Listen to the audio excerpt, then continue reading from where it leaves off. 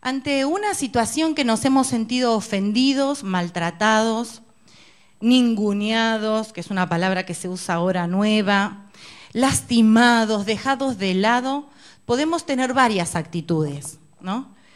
Una de ellas es pasar por alto la ofensa y decir, bueno, acá no ha pasado nada, hago de cuenta que no pasó nada, me la aguanto, no digo nada, y nuestro corazón se llena de rencor, de ira, de resentimientos. Otra actitud que podemos tomar ante una situación así es la de autito chocador. Ah, me la hiciste, te juro que me la vas a pagar. Vos no sabés con quién te metiste, yo soy hija de Tano y a mí me sube la viaraza, ¿no? Bueno, cuando tenemos esa actitud nos llenamos de odio, de venganza, ¿no? Y todos esos sentimientos se van instalando en nuestro corazón. Otra actitud que podemos tomar es te ignoro. Me la hiciste, no existís, a partir de este momento moriste para mí. No te doy más bolilla. Pasás por al lado mío, ni te saludo, ni hola te digo, ¿no? Y ahí nos llenamos de indiferencia y nuestro corazón se llena de indiferencia y de desamor. Y la última actitud es la de simplemente perdonar. Perdonar al que nos ha ofendido, al que nos ha traicionado, al que nos ha lastimado, al que nos ha ninguneado, y todo lo que a usted le haya provocado una herida o dolor, lo mejor que podemos hacer es perdonar. Y a veces es simplemente perdonar, y otras veces es dolorosamente perdonar, ¿no es cierto? Porque no nos es fácil. Un factor determinante en el perdón es el arrepentimiento. Y busqué en Wikipedia a ver qué decía que era arrepentimiento, y dice que el arrepentimiento es el remordimiento que una persona siente por algo que ha dicho, hecho o dejado de hacer. El que se arrepiente, decía Wikipedia, cambia de opinión y deja de hacer aquello que le provocó el remordimiento. Arrepentirse no, es un acto, tiene que ser un acto espontáneo. Nadie puede obligar a otra persona a que se arrepienta, ¿no es cierto? Y esta actitud espontánea surge de la comprensión genuina de que hemos hecho algo, que hemos cometido un error o que hemos omitido alguna acción, ¿no es cierto? Y pueden distinguirse entre estas faltas o errores dos tipos de faltas, las voluntarias y las involuntarias. Las que uno comete involuntariamente no se da cuenta y bueno, tiene que trabajar en eso, ¿no? En tratar de darse cuenta. Pero las que uno comete voluntariamente, cuando alguien se siente ofendido o lastimado, estas actitudes son las que nosotros tenemos que empezar a cambiar. ¿Por qué? Porque nos damos cuenta y es más fácil poder evitarlas. Entonces, hay arrepentimiento cuando el ofensor se da cuenta de que ha cometido una falta y está decidido a cambiar. Ahora, cuando la persona está arrepentida y viene a nosotros y nos pide perdón, nosotros tenemos que tomar una actitud cuando decidimos perdonar a esta persona. Y es la de perdonarlo con todo nuestro corazón y evitar cualquier tipo de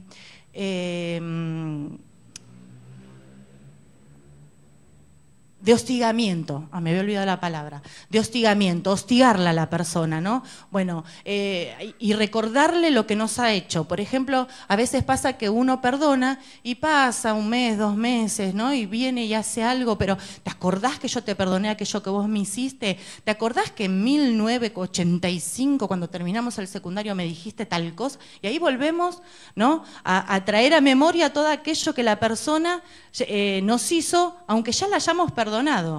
Entonces estamos hostigando a la persona y atormentándolo y echándole siempre en cara su pecado. Ahora, ¿cómo nos damos cuenta que hay un perdón genuino? Cuando hay un perdón genuino es cuando hay frutos dignos de arrepentimiento. en esa persona. Y vamos a ver que dice Mateo 3:8, que ahí Juan el Bautista dice: haced pues frutos dignos de arrepentimiento. Es así cortito el texto. Haced pues frutos dignos de arrepentimiento. Este haced pues frutos o dad frutos, como dice en otra versión, es una metáfora que se refiere a los resultados que provoca en nosotros el habernos arrepentido. Si no hay resultados, no hay arrepentimiento. Si no hay cambios, no hay un arrepentimiento genuino. Por eso Juan el Bautista exhortaba a la gente a ir más allá de las palabras, ¿no? A que no sea todo el piquito, porque a veces es fácil decir las cosas, pero después con nuestras actitudes, nuestras palabras no son respaldadas. En la palabra de Dios para todos, que no sé si la tienen, Martín, me parece que no. Dice: vivan de tal manera que demuestren que realmente han cambiado. El mismo texto en la palabra de Dios para todos dice: vivan de tal manera que demuestren que realmente han cambiado. Es la explicación a lo que ahí dice, ¿no? Que a veces no nos queda muy en claro. A mí me gusta tener dos versiones de la Biblia para poder entenderla mejor. Y esta palabra de Dios para todos es hermosa porque es un lenguaje muy sencillo. Y ahí es donde está el vivir, el hacer frutos dignos de arrepentimiento, demostrando que realmente hemos cambiado. Y una pregunta que a mí me gusta hacerme es: ¿qué no es tal cosa, no? Entonces yo ahora me pregunto: ¿qué no es el perdón? ¿Qué no es para nosotros el perdón? Y para aprender esto, hay dos cosas que no son el perdón. Una de ellas no es un deseo. Yo no puedo guiarme por mis deseos, porque si me guiara por mis deseos nunca voy a tener ganas de perdonar a aquel que me traicionó, que me lastimó, que me ofendió. Entonces no es que hoy me siento feliz, hoy me levanté con el pie derecho y tengo deseos de perdonarte. No es así. No es un sentimiento. Esta vez sí, esta vez siento que te tengo que perdonar. Esta vez me levanté con ganas de perdonarte y siento que hoy te mereces que te perdone. Tampoco es un sentimiento, no es un deseo y no es un sentimiento. Entonces, ¿qué es el perdón? ¿Qué piensan ustedes que es el perdón? Una decisión. ¿Qué más? Los que estuvieron a la mañana no vale soplar. Obediencia. ¿Alguien más? Un mandamiento. Alguien te contó. Un mandamiento. Vamos a ver qué dice Efesios 4:32. Dice: antes sed benignos unos con otros, misericordiosos, perdonándoos unos a otros, como Dios también os perdonó a vosotros en Cristo. Es un imperativo ese perdonándoos. Colosenses 3:13. Soportándoos unos a otros y perdonándoos unos a otros si alguno tuviere queja contra otro. De la manera que Cristo os perdonó, así también hacedlo vosotros. Otra vez en este texto, y habría otros para afirmar que el mandamiento que el perdonar es un mandamiento. Ahora, cuando nosotros no perdonamos y nos llenamos de resentimiento, no nos damos cuenta que ese resentimiento solamente nos hace daño a nosotros. El no poder largar el perdón, el no poder perdonar a otros, lo único que hace es llenarnos a nosotros mismos de resentimiento.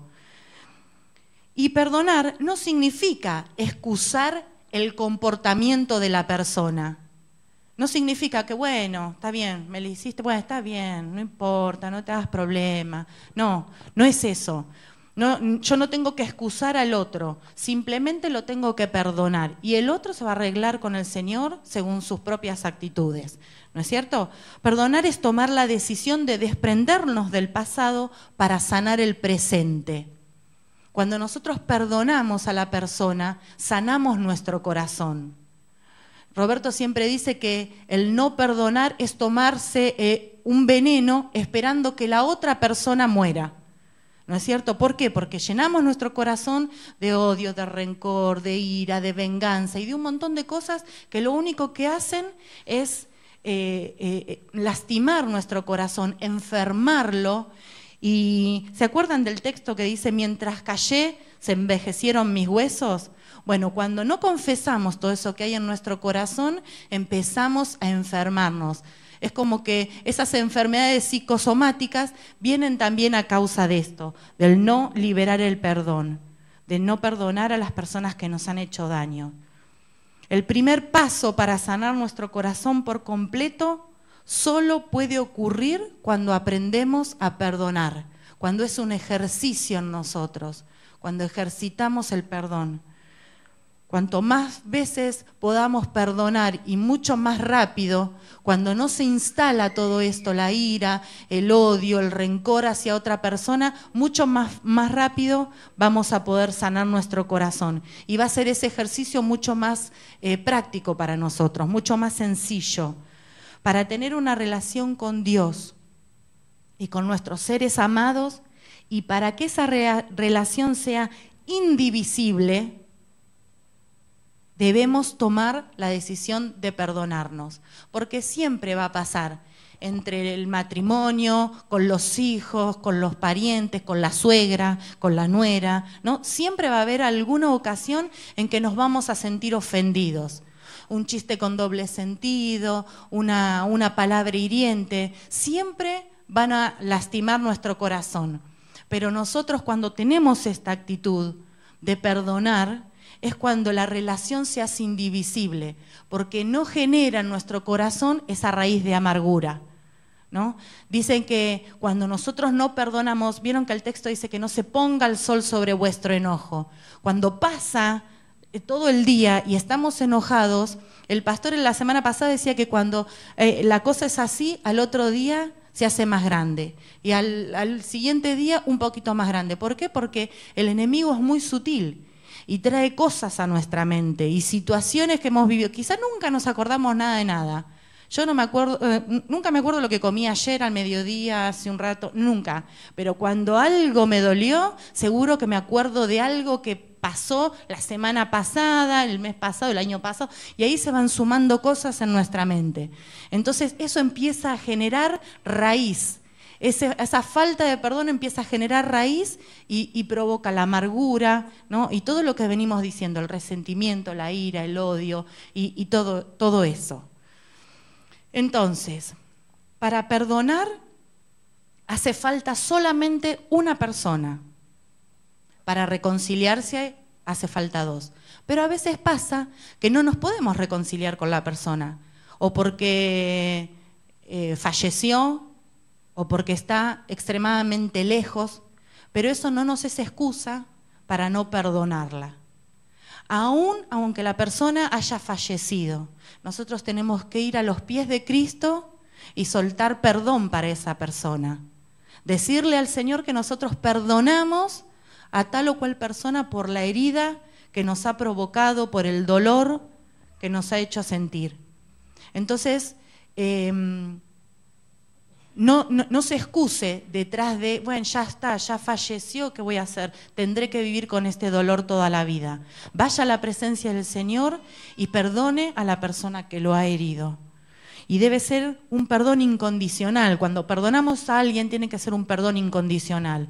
Bueno, ahora que ya te perdoné, ahora vas a tener que venir todos los días, traerme un postre para el mediodía y venirme a lavar los platos después de las 10 de la noche, ¿no? Como que, bueno, vos me les hiciste, pero ahora vas a tener que hacer algo para remediar esta situación. No es así. El perdón tiene que ser un perdón incondicional, que libre a la persona de tener que pagar la deuda que contrajo. Esto quiere decir que el perdón que ofrezco debe ser un perdón que libre a la persona de tener que hacer nada a mi favor después de que la perdoné. Es dejarlo ir en libertad. Esa persona debe continuar su vida como si nada entre nosotros hubiera pasado. Como si nunca una ofensa hubiera lastimado la relación. Estamos hablando de una ofensa que no es delito, ¿no? Porque si ha habido abuso, si bien uno tiene que perdonar, el Señor no nos pide que esa persona venga a almorzar todos los mediodías a casa. No pide que restauremos la relación y que seamos amigos otra vez de esa persona o que invitemos al pariente. No es eso. Sino es que mi obligación como hijo de Dios es obedecer a sus mandamientos. Y el Señor nos está mandando a perdonar. Esa persona que cometió delito tiene que pagar por su delito, ¿no? Entonces, si hay que denunciar, pero si esa persona tiene que ir a la cárcel por el delito que ha cometido, tiene que ir a la cárcel, por más que yo en mi corazón haya soltado perdón. ¿Se entiende? ¿Cuántas veces debo perdonar? Y acá viene el texto bien conocido de Mateo 18, 21. ¿Lo tenés? Muy bien.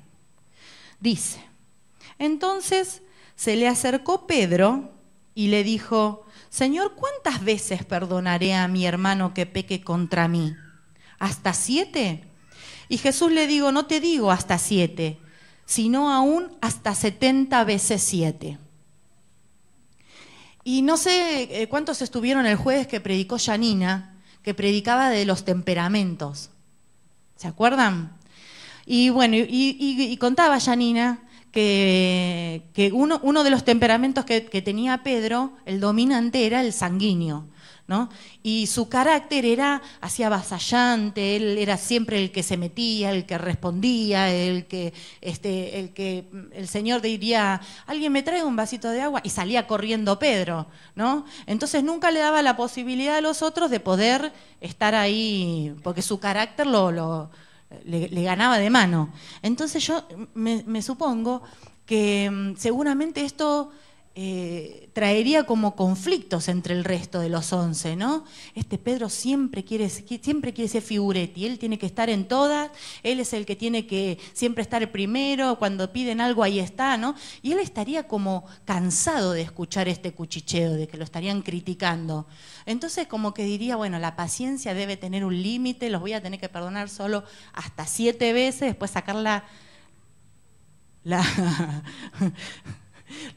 ¿cómo era que se llamaba? La espada y cortarle la oreja, ¿no? Como hizo con Marco. Él quería ya que corra sangre. Pero entonces el Señor le dice, Pedrito, mi vida, mi corazón, no te digo hasta 7, sino aún hasta 70 veces 7.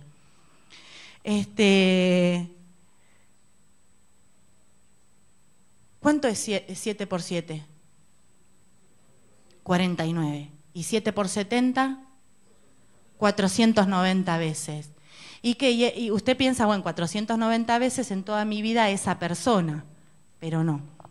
Una mala noticia es desde que se pone el sol, desde que sale el sol hasta que se pone, ¿no? Por día tenemos que perdonar a la persona 490 veces. O sea que no hay ninguna posibilidad de que guardemos en nuestro corazón rencor para con esa persona.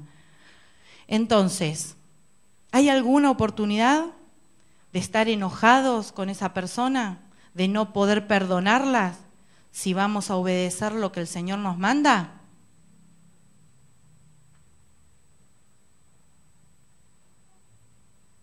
Uno solo me hizo, ¿no? ¿No les gustó este versículo? ¿Lo borramos? Lo borramos, listo. Apriete el botón y borre. A veces pasa que decimos, esta me vio cara de tonta. Ya es la tercera, cuarta vez que me hace lo mismo. Cada vez que paso me pisa la manguera. Para mí lo está haciendo a propósito. Ella sabe que me revienta que me pise la manguera y no una y otra vez. Esta vecina, yo tenía una vecina en Buenos Aires que barría su vereda y la dejaba divina. Pero en vez de juntar la basura, me la ponía en mi vereda, así, ¿no? Ay, no saben cómo ejercité este versículo porque me daba ganas de ir y revolearle toda la tierra de vuelta arriba de su vereda. Pero no lo hice, porque Roberto no me dejó. Pero bueno, ¿y sabe lo que empecé a hacer? Cuando barría ella la vereda, sacaba la palita y la bolsita y le juntaba la tierra. Nunca más. Se lo hice como 3, 4 veces, nunca más después me volvió a tirar la basura. Se nota que se dio cuenta. Fue un mensaje subliminal.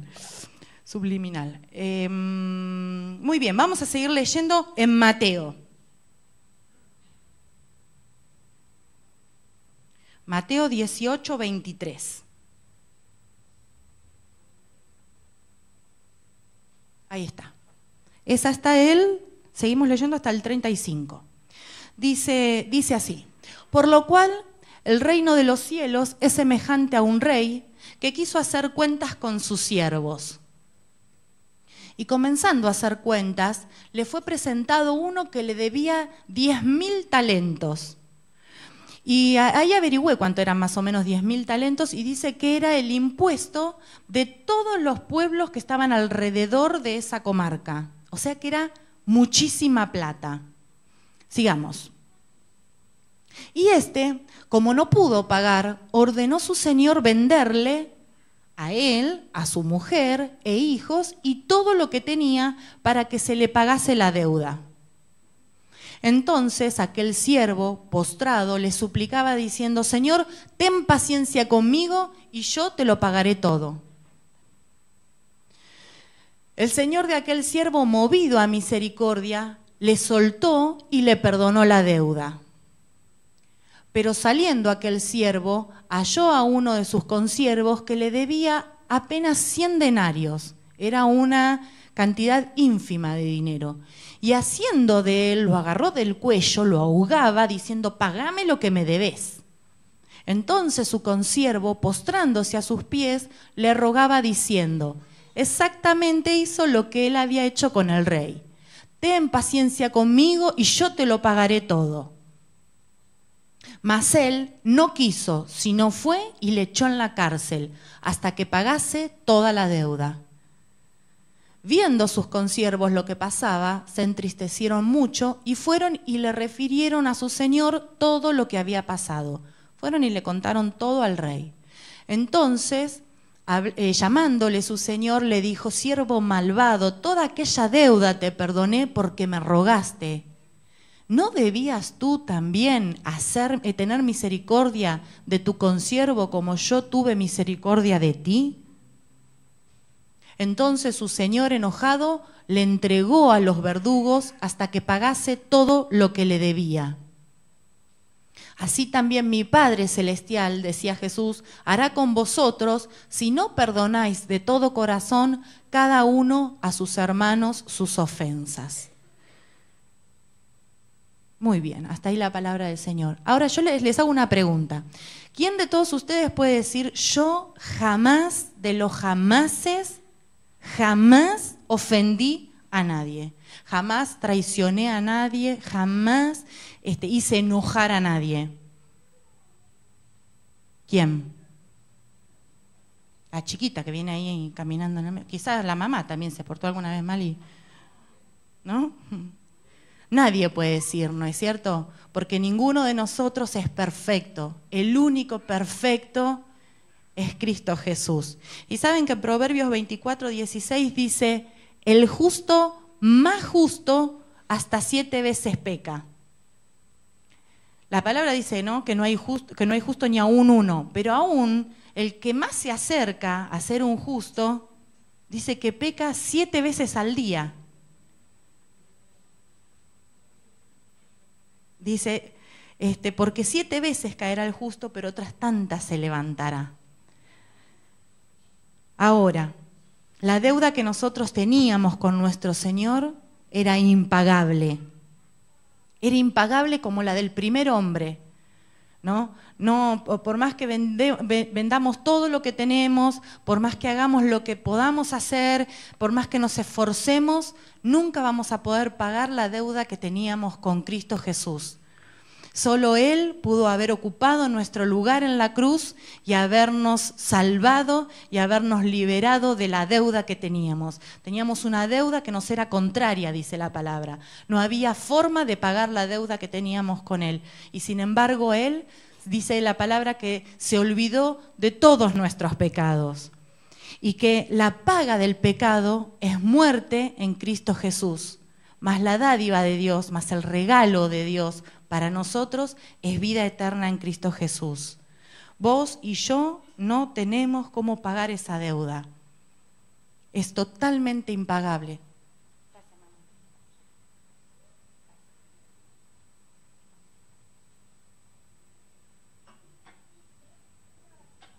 Y ese gran rey, que tipifica ahí en la historia a Jesús, exige de nosotros el mismo trato que Él tuvo para con el primer siervo, que ese siervo fuimos nosotros. Si Él perdonó nuestra deuda, así nosotros tenemos que hacer con nuestros hermanos. De la misma manera que fuimos nosotros perdonados, debemos perdonar a quienes nos ofenden. Es cierto que hay ofensas y ofensas. Es cierto que hay ofensas que lastiman el alma y a menos que el Señor nos sane, no tenemos futuro sin Él. ¿No es cierto? Pero aún así, eso no nos da derecho a no perdonar. Una vuelta vino a la oficina una chica que había sufrido muchísimas cosas. Y ella nos decía, nosotros le hablábamos del perdón y le decíamos que debía perdonar para ser libre, ¿no? Y era tanto el dolor que ella sentía en su alma que ella decía, no, yo no puedo perdonar, no puedo perdonar a esta persona, no la puedo perdonar. Y lloraba y se desgarraba, ¿no? Solamente tomados de la mano del Señor, cuando la ofensa ha sido tan fuerte, tan intensa, tan profunda, tan dolorosa, solamente en las manos del Señor, ¿no? Vamos a poder ejercitar esta palabra, vamos a poder largar perdón para esa persona. Entonces, acerquémonos a Él, que Él nos va a sanar nuestro corazón para que después podamos obedecer y perdonar. Vamos a Jeremías 31-34. Dice, ya no tendrá nadie que enseñar a su prójimo, ni dirá nadie a su hermano, conoce al Señor, porque todos, desde el más pequeño hasta el más grande, me conocerán, afirma el Señor. Yo les perdonaré su iniquidad, su maldad, su pecado, y nunca más me acordaré de sus pecados. Miqueas 7:18 dice, ¿qué Dios hay como tú que perdona la maldad y pasa por alto el delito del remanente de su pueblo? No siempre estarás airado, porque tu mayor placer es amar, dice esta versión. Vuelve a compadecerte de nosotros y arroja al mar, y arroja al fondo del mar todos nuestros pecados. El Señor dice que Él se olvidó de nuestros pecados. Se olvidó de nuestros pecados y los arrojó al fondo del mar. Entonces, nosotros necesitamos hacer el mismo ejercicio. Si bien no somos como el Señor, pero vamos camino, ¿no? Camino, tratamos de imitarlo en todo. Y a veces nos va a ser muy difícil olvidar la ofensa o olvidar lo que nos han hecho. Pero ¿qué pasa con una herida? Cuando uno se lastima y quizás hay que reconstruir, necesitamos operación. Cuando la herida es bien profunda, bien grave, ¿no? Hay que coser, y muchos días tarda en sanar, ¿no es cierto? ¿No es cierto, Antonio? Muchos días, algunas heridas tardan muchísimo en sanar, pero una vez que sanó y que quedó esa cicatriz, van a pasar los años y nosotros vamos a ver, ¿no? Y vamos a recordar quizás en alguna oportunidad que tuvimos una herida muy profunda, muy grave, pero la tocamos y esa herida ya no duele. Eso pasa cuando nosotros perdonamos. cuando pasan los años y nos volvemos a acordar por alguna situación de aquello que nos ha causado tanto dolor años atrás, pero ya la podemos ver desde la sanidad, de que sí, está esto, y recordar esto como testimonio de que el poder sanador de Cristo ha sanado nuestras heridas del corazón y que ya hemos perdonado y que ya hemos sanado eso que nos ha causado tanto daño. Ahora, no sé si se dieron cuenta que en el versículo que hemos leído recién, en el 18:34, dice, entonces su señor, enojado, ¿a quién tipificaba el Señor de esta historia, de esta parábola que les acabo de decir recién?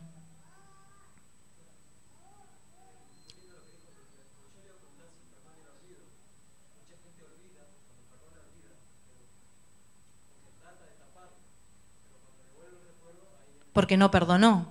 Pero por eso yo les decía, nosotros vamos camino a ser como el Señor.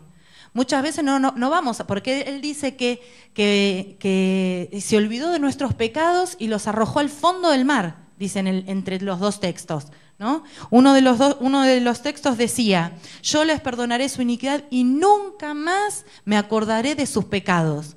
El Señor se olvida de lo que hicimos, ¿no? Y después dice, y arrojó al fondo del mar todos nuestros pecados. Ahora, ¿qué pasa? Nosotros nunca vamos a ser como el Señor, por más que tratemos de imitarlo, siempre como que no vamos a alcanzar la perfección.